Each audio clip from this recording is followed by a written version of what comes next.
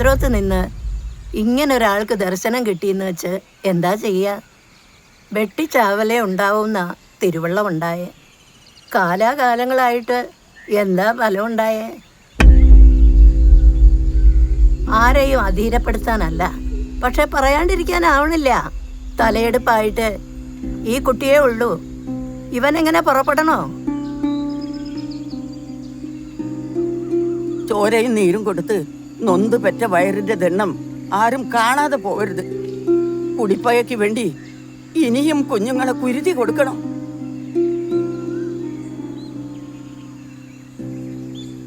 അപ്പ അടിമക്കൊടി അയക്കന്നെ. ഇത് പറയാൻ എങ്ങനെ നാവ് പൊന്തി? പെറ്റ വയറിന്റെ ദണ്ണം വള്ളുവനാടിന്റെ മാനം കാക്കാനല്ലെങ്കിൽ ഇന്നാട്ടിലെ പെണ്ണുങ്ങളൊക്കെ എന്തിനു പെറണു?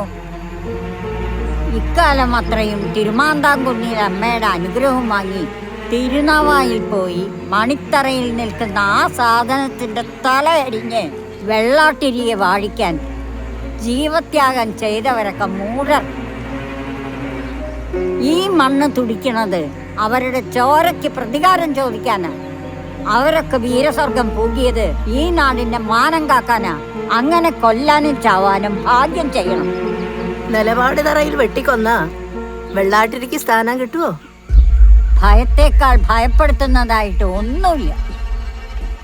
വള്ളുവനാട്ടിൽ ഒരാണെങ്കിലും അവശേഷിക്കുന്നുണ്ടെങ്കിൽ മണിത്തറയിൽ നിലപാട് നിൽക്കുന്ന ആ താമൂരിയെ വെട്ടിക്കൊന്ന് ആത്മബലി കൊടുത്ത പൂർവികരുടെ അഭിമാനം കാക്കും. ആരെയാ പാണന്മാര് ഭൂലോകം മുഴുവൻ പാടി പുകഴ്ത്തുന്നത്? പാട്ടിൽ കയറിയ പിന്നെ മരണമുണ്ടോ?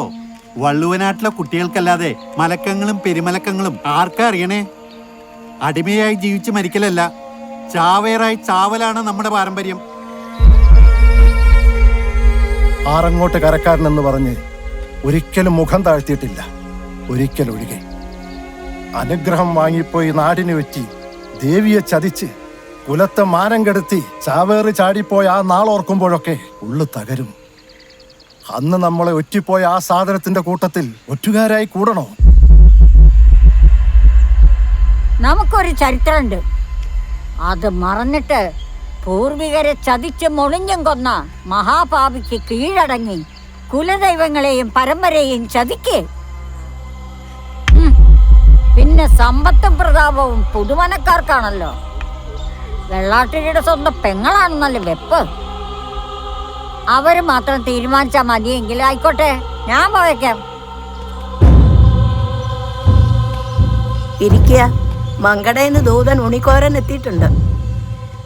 ഞാനായിട്ടൊരു തീരുമാനം പറയും മുമ്പ് തിരുവായി എന്താ അരുളിയെന്നും കൂടി അറിയണം.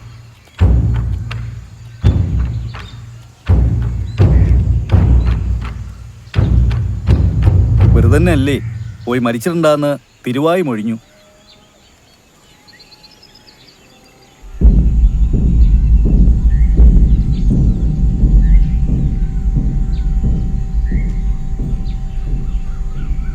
ഗുരുപരമ്പരകളെ തെറ്റിക്കാനാവണില്ല.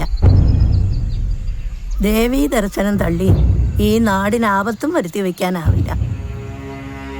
അതിനാൽ ചാവേറ് പോവുക തന്നെയെന്ന് തറവാടുകൾ കൂട്ടം കൂടി തീരുമാനമായി എന്ന് തിരുവുള്ള ഉണർത്തിച്ചോളൂ ഉണിക്കോര.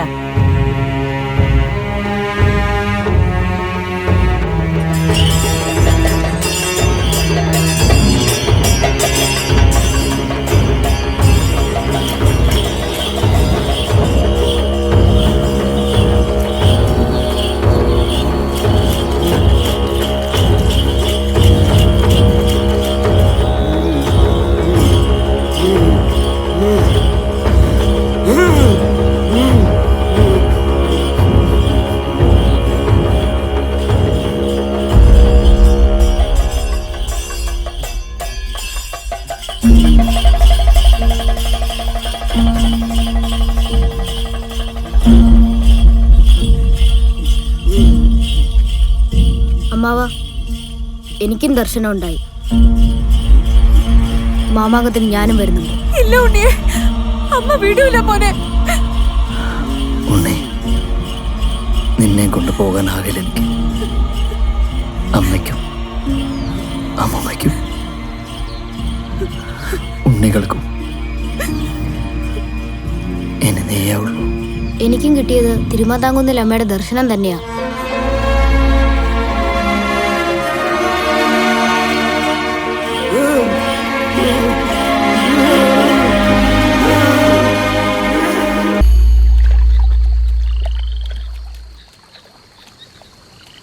വിരുത്തിപ്പണം കൊടുക്കുന്ന ചടങ്ങിന് തമ്പ്രാനും മന്ത്രിമാരും ആന അമ്പാരിയൊക്കെ ഉണ്ടാവും അമ്മാവ.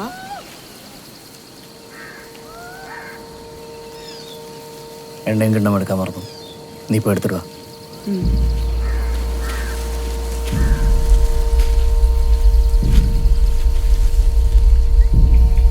എന്താ വല്ലി? തമ്പ്ര, അത്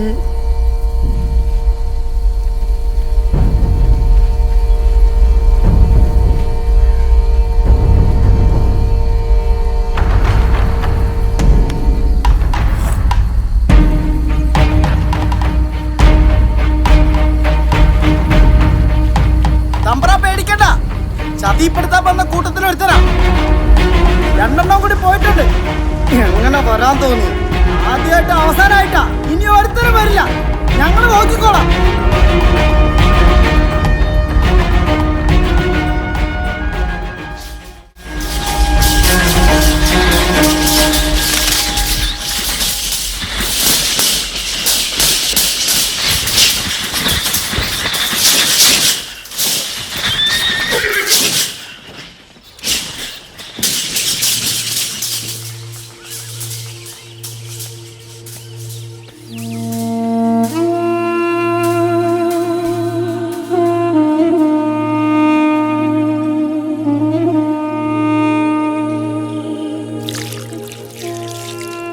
കോഴിക്കോട്ടെ കപ്പലോട്ടം കഴിഞ്ഞെത്തിയ നമ്മുടെ വള്ളൂനാടൻ കൂട്ടത്തെ കൊള്ളയെ നടത്തി കൊള്ളി വെച്ച് താമൂരിപ്പട. ഈ മണ്ണിലേക്ക് ഇനി ഒരു തരി പൊന്നെത്തിക്കൂടല്ലോ. നമുക്ക് വിവരം കിട്ടിയോണ്ട് പന്തലായനി ഇറങ്ങി കട്ടവണ്ടി കയറി വരുന്ന വഴിയാ ഇവിടുത്തെ വിവരങ്ങൾ അറിയണത്. എല്ലാം കേട്ടപ്പോൾ ഇങ്ങോട്ട് വന്ന് കാണാതെ ഒരു സ്വൈര്യം കിട്ടിയില്ല.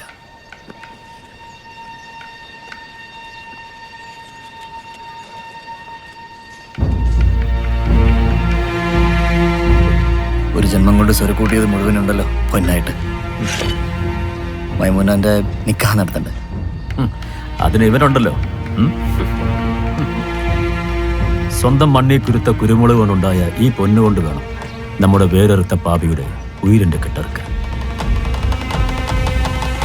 ഇത് നിങ്ങളുടെ ദേഹത്ത് ഒരു 3ാമത്തെ കൈയായിട്ട് കിടന്നുണ്ട്. ഒപ്പം നമ്മളുണ്ട്.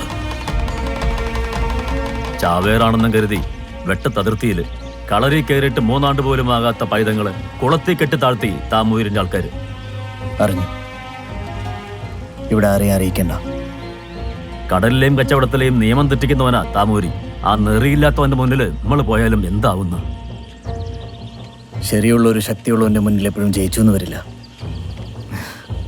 എന്നാലും ഇടയ്ക്കൊരു വിളക്കെങ്കിലും മിന്നില്ലെങ്കിൽ എല്ലാം ഇരുട്ടാവില്ലേ?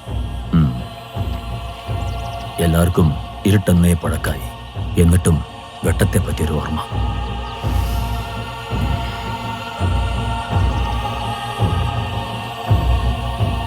എല്ലാറ്റിനും മീത് നിൽക്ക്. പാണന്റെ പാട്ടിന് പകിട്ടാവട്ടെ.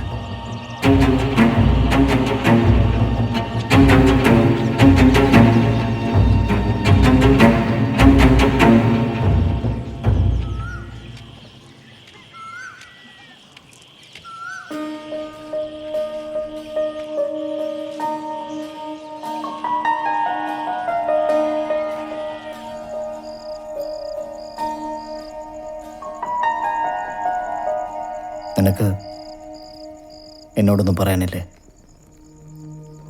ദേവിയുടെ ദർശനം കിട്ടിയതല്ലേ, പൂവ് തന്നെ വേണം.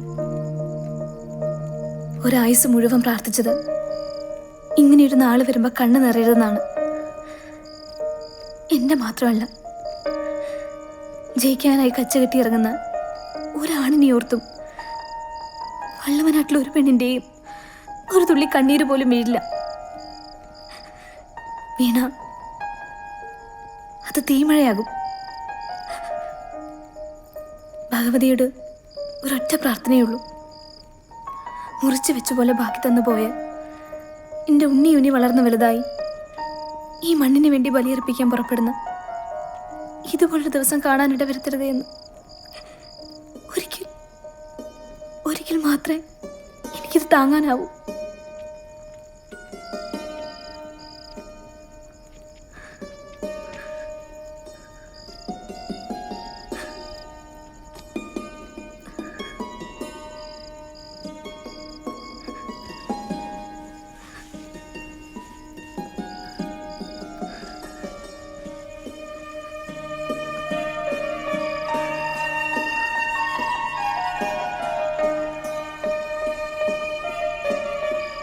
ഇവിടുന്ന് പടിയിറങ്ങി പോകുമ്പോൾ മുന്നിലെ ഇരുട്ടിൽ ഇരുതിരിട്ട കണ്ണായി കത്തേണ്ടത് നീയാണ്.